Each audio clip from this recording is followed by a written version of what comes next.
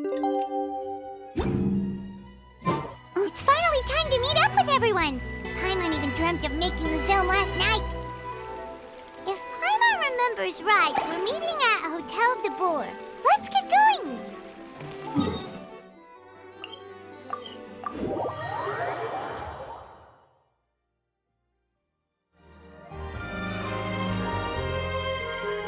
Ayaka! Yoimiya! You're already here! Good morning. Xavier said yesterday afternoon went well. Yeah, and how about you, Ayaka? What were you up to yesterday?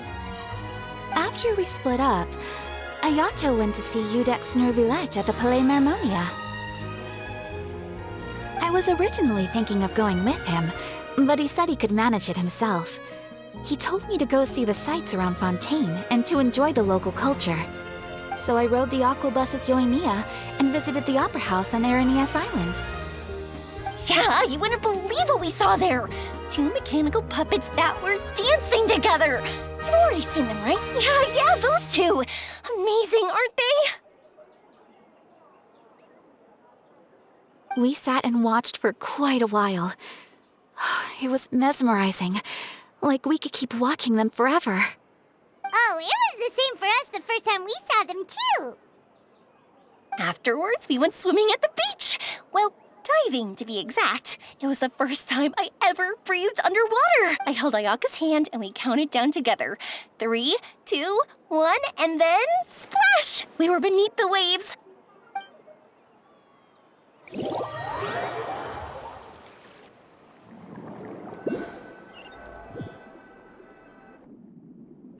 At first, I didn't dare to open my mouth. But once I couldn't hold my breath any longer, I decided to take a big breath in. Turns out the water wasn't as salty as I imagined. It didn't really. Before I knew it, I was breathing like normal down there. It was an amazing feeling. Ayaka said I was too nervous and needed to loosen my grip. She got used to everything way faster than I did. I knew that the Traveler could do it, so I had no doubt we could do it too. That helped me feel at ease as soon as we dove in. The underwater world in Fontaine truly is beautiful. I love seeing the Romaritime flowers blossoming underwater, like little candles lighting up the streets at night. Yeah, and there were so many creatures that we've never seen in Inazuma. Like those fish that shimmer like a sword blade. Whoosh! Oh, and those big fish that call when they see people. Ooh. Oh, you mean hunters' rays and blubber beasts. I just love the name Blubber Beast. Just wait till Pops and the others hear about this. They probably won't believe a word I say.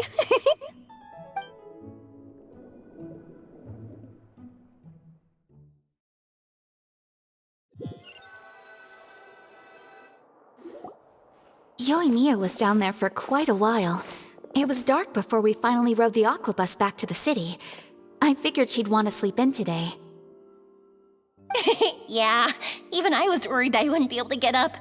I still felt like I was drifting in the waves when I went to sleep last night. But as soon as I woke up today, I remembered that we'd all be shooting a film together, and I was ready to go. Speaking of the film, where's everybody else? My brother and Xavier were speaking to the restaurant owner about using the place as a filming location. They should be here soon. As for the others, We're here. Please excuse my tardiness. I just finished the Special Patrol's 6-mile morning jog. Wait, 6 miles? I'm so tired. I heard you all chatting, so I decided to come down. I sure could use some of that endless energy everyone else has. Good morning, everyone. Boarding. Can someone fetch me a cup of coffee? More milk, hold the sugar. Sure, I'd be happy to do that for you. No, you can't go anywhere. Please, have a seat over here so I can get started on your makeup. The last thing I want is coffee stains on my costumes. I can get the coffee. It's the perfect job for an assistant.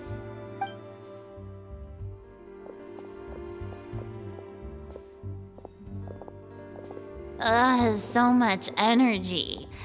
Seriously, what's her secret? Oh, Yoimiya's always like that. But you sure look exhausted, Farina.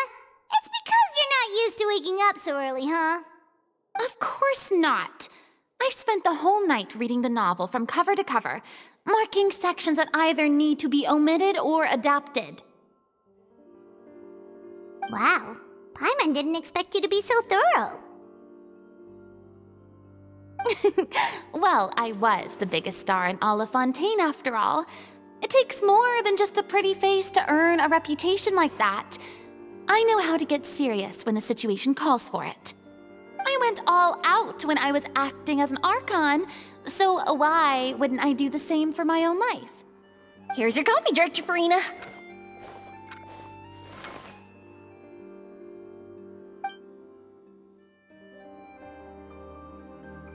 Oh, thank you.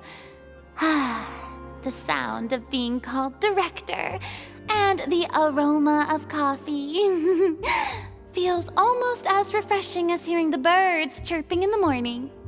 Ah, it seems everyone has managed to arrive on time. We've reached an agreement with the restaurant owner. We are free to use the second floor to shoot our film. Really? That's great!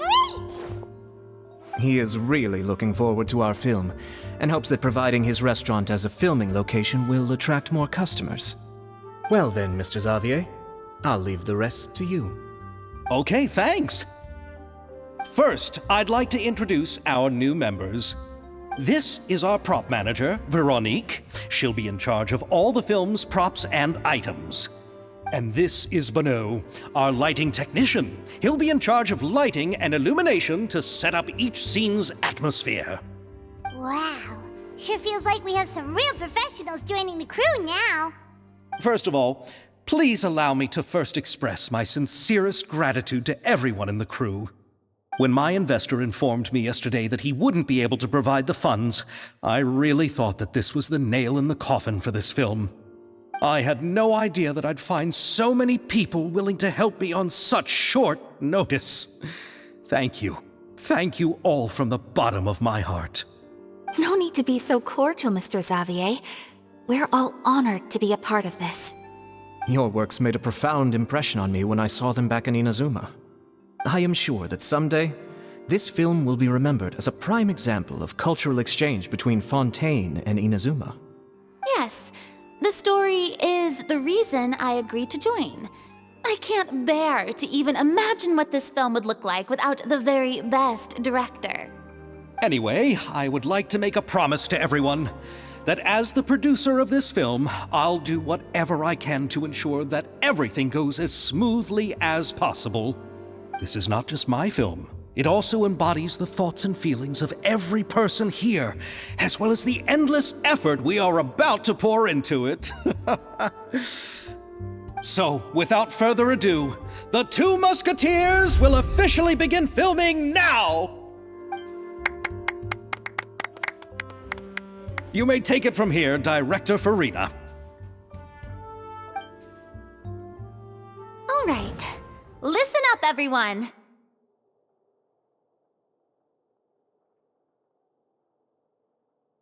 The first scene takes place when the two young musketeers are living at the Baron's home, still unaware of all that is about to happen to them. We'll need props and lighting to set the scene.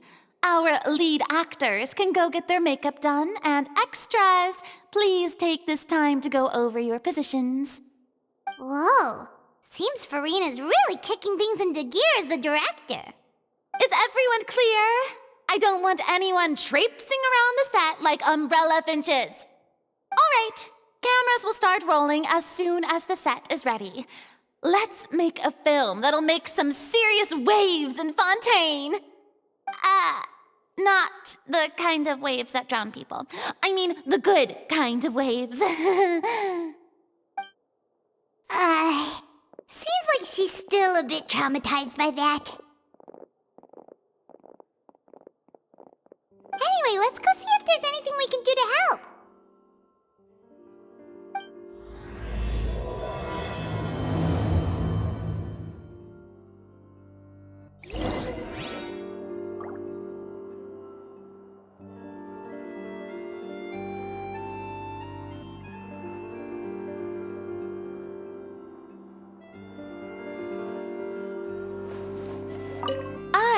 don't need any help here. Why don't you try asking someone else?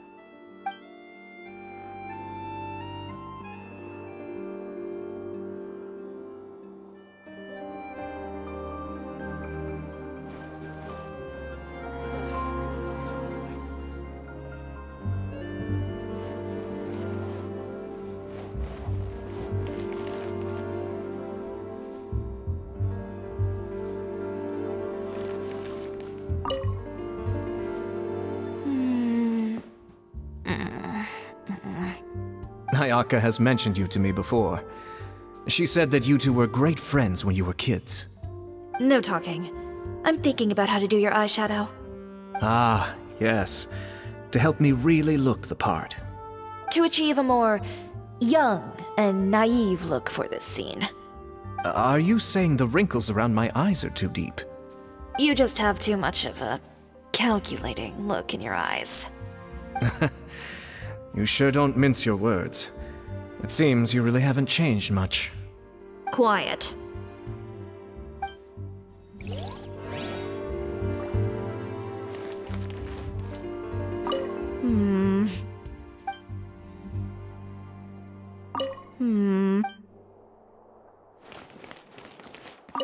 Ah, so this is what a musket looks like. Not exactly.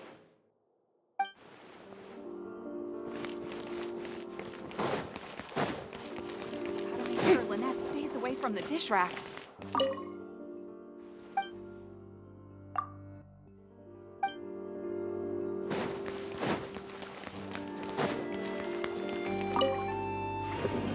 How about here? A little more to the left. You got it. Hey, Yoimiya, do you need a hand? No, I'm fine. You know, doing the lighting is kind of like designing a fireworks show. It's interesting to imagine what kind of atmosphere the lights will create. I heard that the Traveler will be operating the camera and Paimon will be the clapper loader, right? Those roles are just perfect for the two of you. Really? Is that because it'll be easy for Paimon to hold the clapperboard while flying? Well, sure, there's that, but that's not exactly what I meant. I just think that after all your journeys together, you two must have developed a super close bond and just naturally know how to work with each other. If I'm not mistaken, the director will want the cameras rolling as soon as the clapperboard goes clack. Oh, I see. It's amazing to see the magic behind filmmaking. Yoimiya, we need lights over there too. Oh, on it! I've got to get back to work. Chat with you later. Oh, it's exciting to see so many people working together to bring the film to life.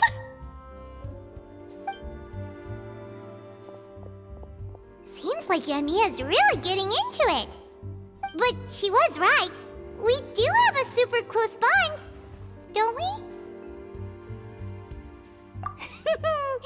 Paimon's really happy to hear that.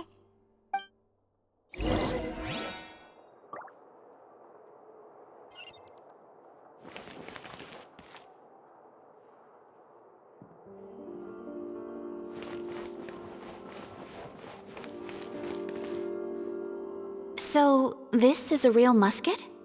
No, it's just a prop weapon. Not bad. Have you seen a real musket before? Only in books and newspapers. I made this one based on the relative shape and proportions I saw in reference images. When we're filming, some special gunpowder will be applied around the muzzle, which will help create the flash and smoke effects of a real gun being fired. Which means it'll be up to the actors to portray the recoil.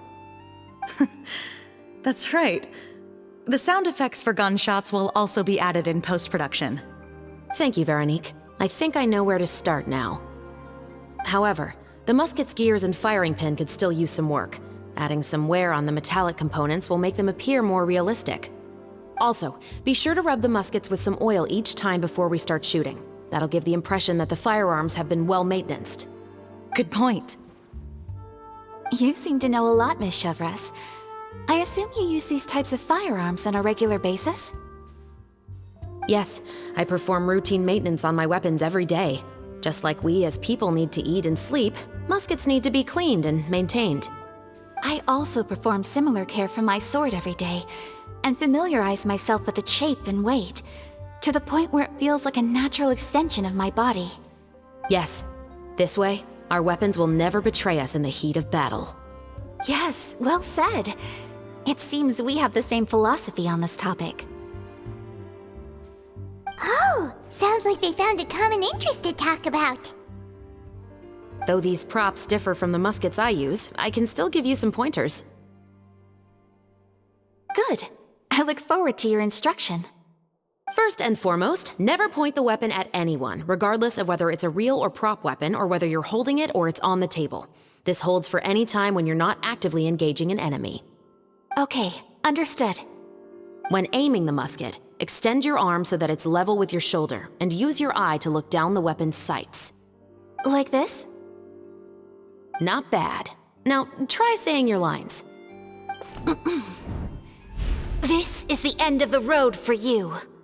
Good. Now turn your body a little. That way, you'll give your enemy less of a target to work with. And relax your shoulders. Here, allow me to demonstrate. This is the end of the road for you. Huh. Excuse me, Miss Chiori. Director Farina, there's something I wish to discuss with you. Oh? What is it? Like this? Yes, much better. What do you think? I do see your point. But are you sure you wish to do this? I believe it would be most fitting. Well, if you insist. All right, I understand. Miss Ayaka, Miss Chevris, could the two of you please come over here? Huh? What's going on? Are we gonna start filming now? Let's go see. What is it? I have a question for you, Miss Chevris.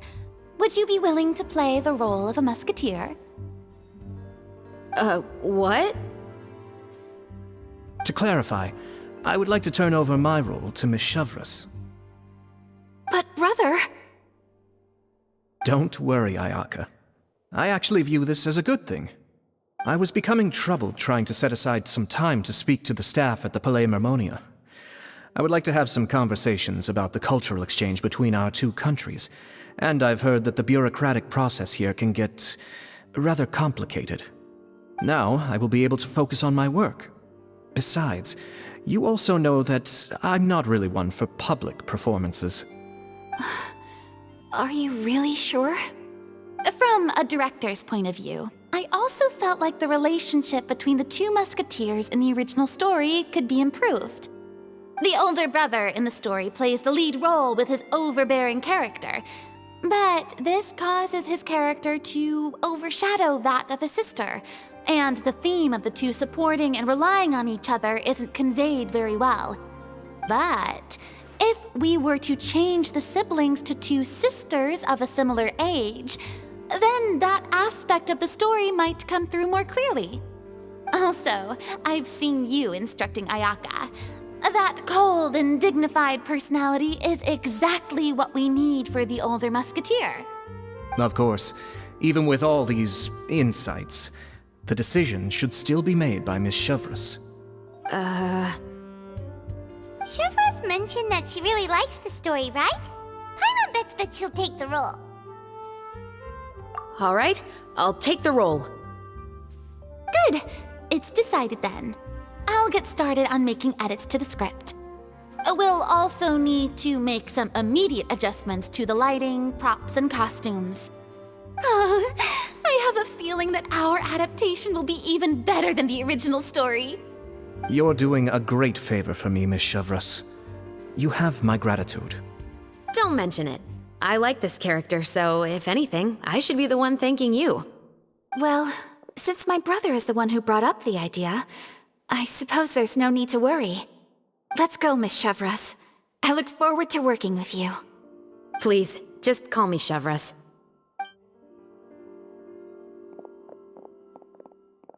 Seems like you're really going out of your way to solve the problem I was having with your makeup. Surely you jest, Chiori. I assure you that I was mostly motivated by a desire to spend more time on formal business. Oh, come on, you really think I'd buy that? According to what I've heard from Ayaka, her brother is someone who can juggle 10 different matters at the same time. I'm sure you have other reasons for backing out. Perhaps. Ayaka always said she wanted to go out and see more of the world, just like the Traveler.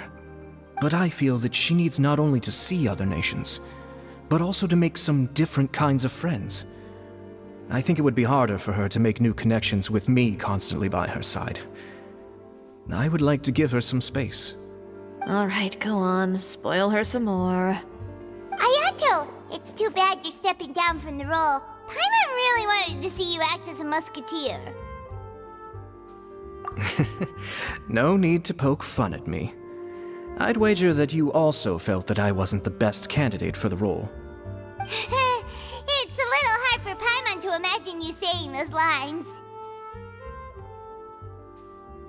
Yes, I've made an appointment to meet some people from the Palais Mermonia. Now, I will have some more time to prepare. Traveler, get the camera ready. Paimon, get the clapperboard. Actors, to your positions. We're about to start shooting the first scene. Go on now. And please take good care of Ayaka. Yep, don't worry. Thank you. I look forward to seeing the film when it's finished. All right, now that we're all here, let me help set the scene for everyone. The first scene takes place when our two main characters are still living at the Baron's estate. They've been ostracized and verbally abused by others in the household, but they still have no idea why. We want to capture how naive and innocent they are despite their pain. Chevres will be playing the role of the older sister, Tulip, and Ayaka will be the younger sister, Iris. Be sure to get close-ups of the main characters at the right moment. Silence on the set! Lights! Camera! Action! Let's go! Tulip, Mother's been out for quite a while now. Perhaps she went to pick some flowers on the way home. You know how she loves flowers. Iris, Tulip! I'm home!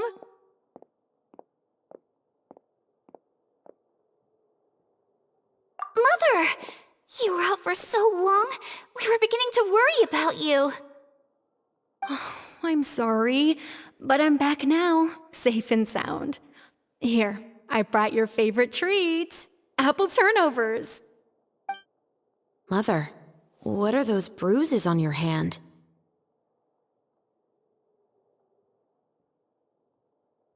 Huh? What bruises? Oh, I must have bumped into something while I was working yesterday. But I didn't notice them this morning. Then perhaps they're from when I accidentally tripped when I was out just now. By the way, did you have fun playing at home? What's the matter, Iris? Well, we've realized that no one really wants to play with us. They even took Iris's doll and spat at us. And they even called us names. They said we were... Shh! It's all right, don't worry. Girls, listen to me. It doesn't matter what anyone says. Don't listen to them. No one can define you with such words. You both have wonderful lives ahead of you. Just like your names. You will both blossom like beautiful flowers. Maybe your time to blossom hasn't quite come yet, but one day, you two will bloom more beautifully than anything else. Don't let the soil you're in now ruin your future beauty. Understand? My dear daughters. And cut! Not bad. The actors' emotions were all on point. Let's keep that take. Also, If our clapper loader could avoid shouting at the start of the scene next time. Oh, got it. Great. I was a little worried that my nerves would get the better of me. What about you, Chevros? I felt fine. The lines weren't too difficult at all. Seems like Farina must have adapted the role nicely. You two were great. I couldn't tell it was your first time acting in a film. You should have more confidence. Thank you for your encouragement. Positions, everyone! We'll move on to the next scene after we try a few more camera angles.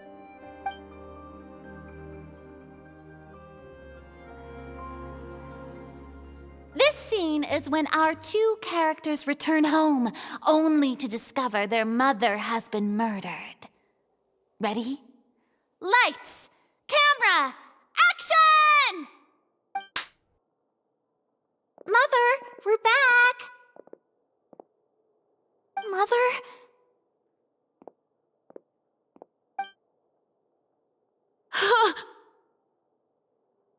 What's wrong, Tulip? Iris, stay away! Huh? Why? What's...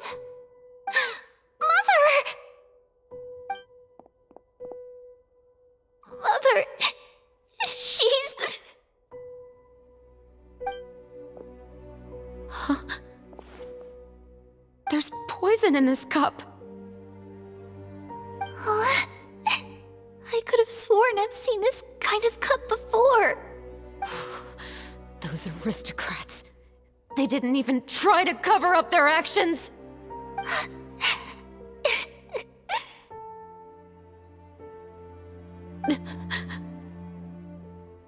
Iris, we need to leave this place. Leave? But now that Mother is gone, where can we even go? Anywhere. All I know is that we can't stay in this house. But are we just going to let them get away with this? We'll have our revenge, I promise you. Just not right now.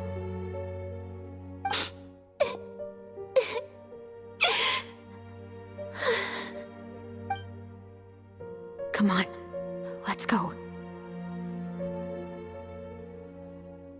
No, wait.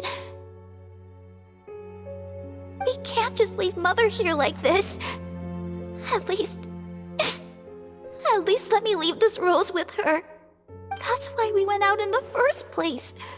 To buy her this flower. All right. Goodbye, Mother. We'll avenge you. Someday. And cut! Beautiful! Great performance! Oh my, you're so amazing, Ayaka! And were those real tears I saw? How did you do it? I was surprised too. Thank you for the kind compliments. Actually, as soon as Director Farina said action, I told myself not to think about anything. I just felt the weight of the moment and became the character. It's quite similar to practicing the art of the sword. You clear your mind and focus only on what's happening in front of you. Ayaka's performance was amazing. Have I discovered an acting prodigy? Pipe down, everyone! We need to move on to the next scene!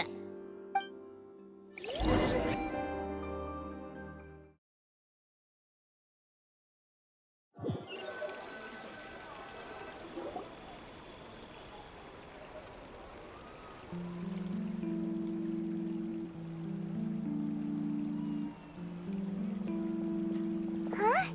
Are we done already? But Paimon wants to keep playing with the clapperboard. How do you feel, Traveler? Is your arm sore from holding the camera all day?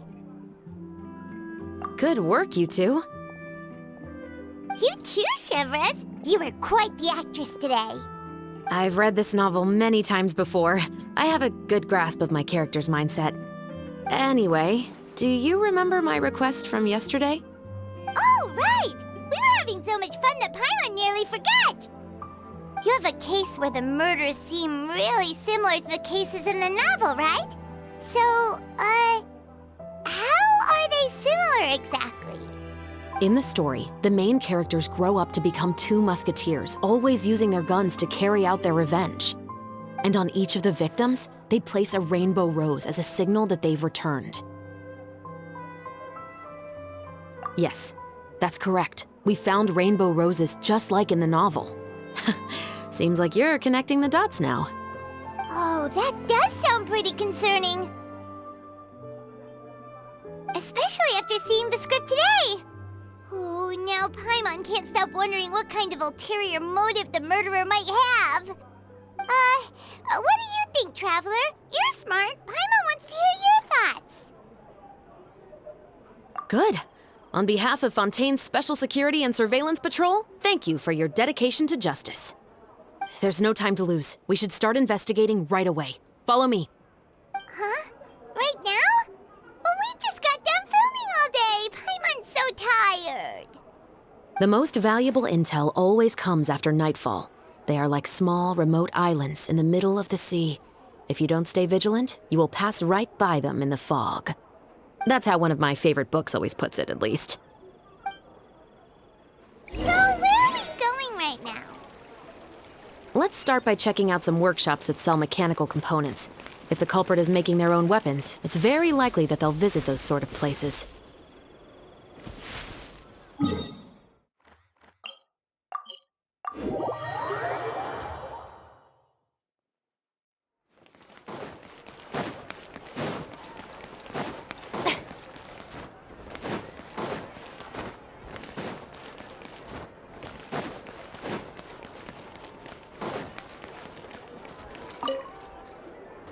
Welcome to Le Show's Clockwork Workshop. How can I help you?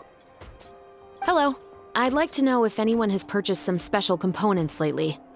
Special components? Sorry, could you be more specific? I mean the kind of components that aren't typically used for clockwork toys, but for firearms. Huh? For firearms? No, we don't sell those sort of things here. Don't misunderstand. I'm not here to cause any trouble. We are merely investigating a case, and we're hoping that you could cooperate. Well, to be completely honest, I'm not even sure what kind of components that would entail. Has anyone ever purchased components here as an individual rather than on behalf of an organization? We have a lot of customers who buy toys, but those who buy components are all regular customers who buy in bulk on behalf of their organization. Is that so? I understand. Thank you for your cooperation. You're welcome. It's the least I can do.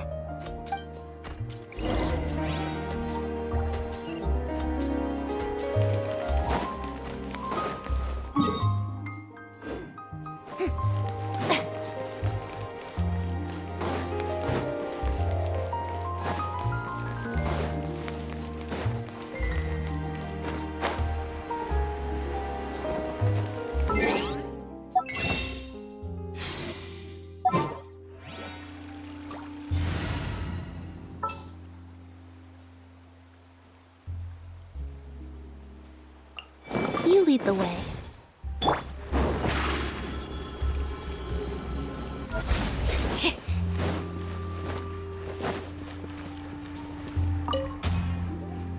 Oh, hey, Chevris. Run out of oil for your musket again? Hello, Estelle. I want to know if anyone has come to your shop recently to order some firearm components. Oh, is this another case? Let me think. I don't think so. Some people have requested that I make some prop guns for the Fontanalia Film Festival, but I refused all of those requests. Oh? Why's that? Because there's no profit!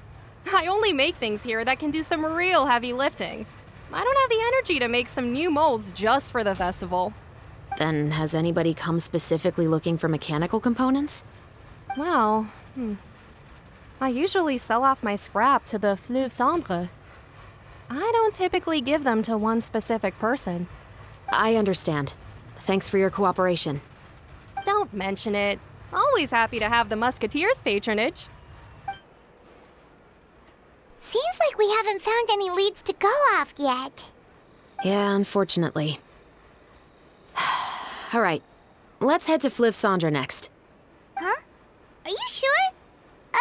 People might not be so thrilled to see the captain of the special patrol there. You think so, huh? Then I guess you don't know. Huh? Know what? That I grew up in Fliv Sandra.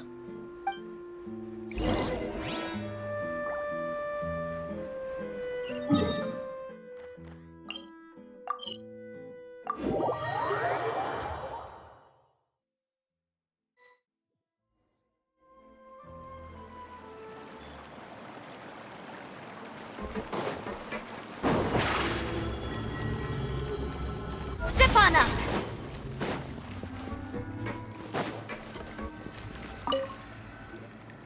What's all this? Some broken planks and barrels, as well as some liquor bottles? Yes, but have a closer look, Paimon. Even though somebody has purposefully tried to clean them up, these are obviously marks from musket bullets. In other words, someone was here trying to improve their shot. They were using the barrels and bottles for target practice. Could it have been the killer? Your guess is as good as mine. Although many people at Fliv Sandra own guns, few hide the fact from others. And even fewer would go to such lengths to hide markings from practice shots. Anyway, let's go. There might be more to this.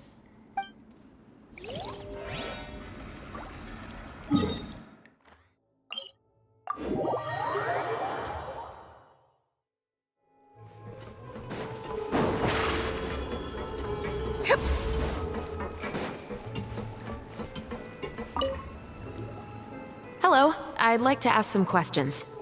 I don't know anything. Don't worry, I'm not here to arrest anybody. You say that now. It's the truth. Here, take this as my guarantee. Wait, did Paimon just see what she thinks she saw?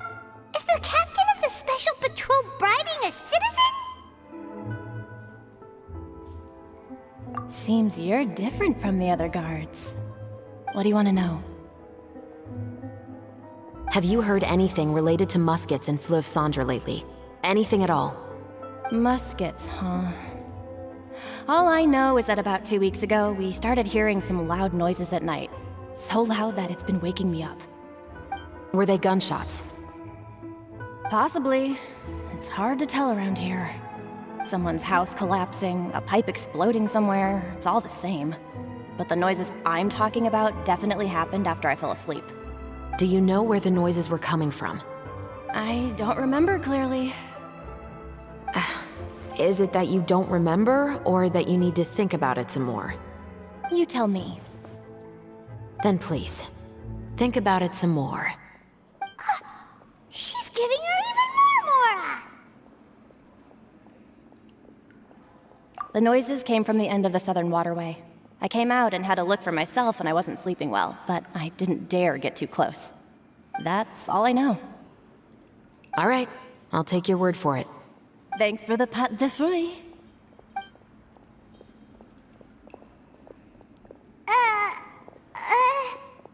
No need to be surprised. I grew up here, remember? I know how to get people around here to talk. Seems you catch on pretty quick. Now then, let's keep going.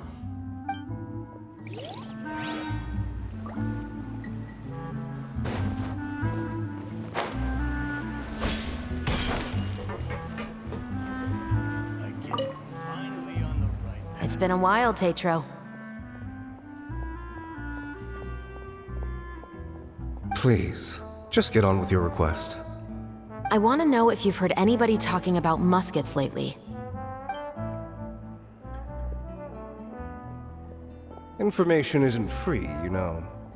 I've heard that bandits have been extremely active in the countryside recently, and they've been affecting the delivery of goods to Poisson. I can allocate some more manpower to help out with that problem. What do you say? You're still as helpful as ever. One of our men got drunk at dinner about a month ago and lost his gun. 3 days later, it turned up in the corner here. What's weird about that? He just forgot where he put it, right? This is Fleuve Cendre, my friend. Anything of value left in the tavern won't ever make it to the next day. But that gun turned out to be an exception. It didn't get any new wear and tear on it, and didn't even appear to have been fired. We were quite mystified as to what could have happened. I suspect it came back because the weapon was already known to the guards. You mean, a criminal was afraid the Marechaussee Phantom would use the shot marks to track them down? Maybe.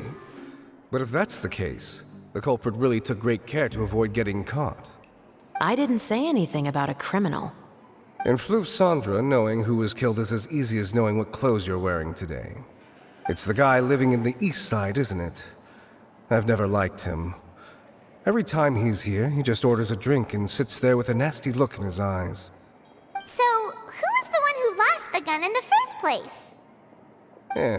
Don't bother. Even if you ask, he wouldn't admit to owning a gun to some strangers. Not to mention the captain of the Special Security and Surveillance Patrol. He's right. I know you grew up here, Chevreuse. Even though you're on good terms with the Spina, you've still been gone too long. Not many people know you here now, and a lot of people don't like the Special Patrol. I know. So take my advice and don't show your face too much around here. It's for your own safety. I'll come and go as I please, and I'm afraid I'll be appearing more often due to my work. All right. Don't say I didn't warn you.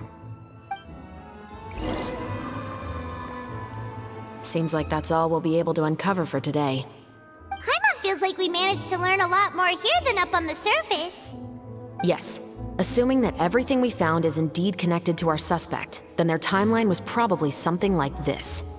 A month ago, our suspect found a gun and took it home to disassemble it. Once he'd figured out its mechanics, he brought it back.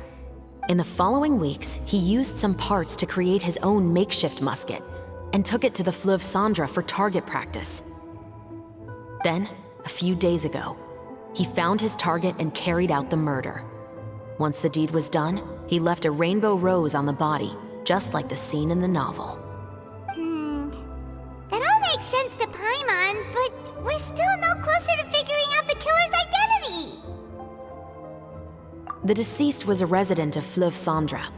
It's said that he was a poor, solitary man. Yeah, that's also something I'm trying to figure out. If we are indeed following the novel, and there's a story behind the murder, then this murder should be an act of vengeance. But according to our investigation, the deceased didn't have any enemies. He was no saint, but no one's heard of a rival who hated him enough to shoot him dead, much less care to leave a rose on his body. What message is the killer trying to convey, and to whom exactly? We've thoroughly investigated that possibility.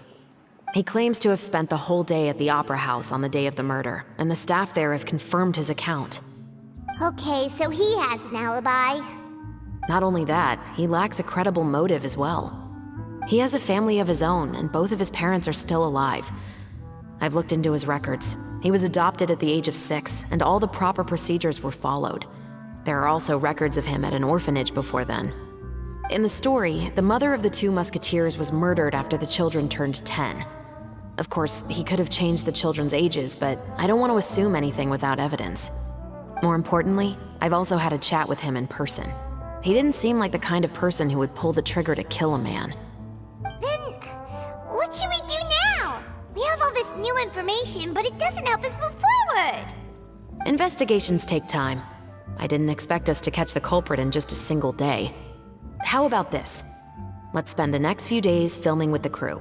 We can continue the investigation once we're done with the film. I'm sure that given time, new leads will present themselves. Wait, but weren't you saying Intel is like small, remote islands in the middle of the sea just a moment ago? Wouldn't you just miss them if you were to stop looking? Ah, but the book had more than one reference to the islands, Paimon. Oh? What else did it say then? As long as you spend enough time sailing through the fog, you'll eventually come across an island.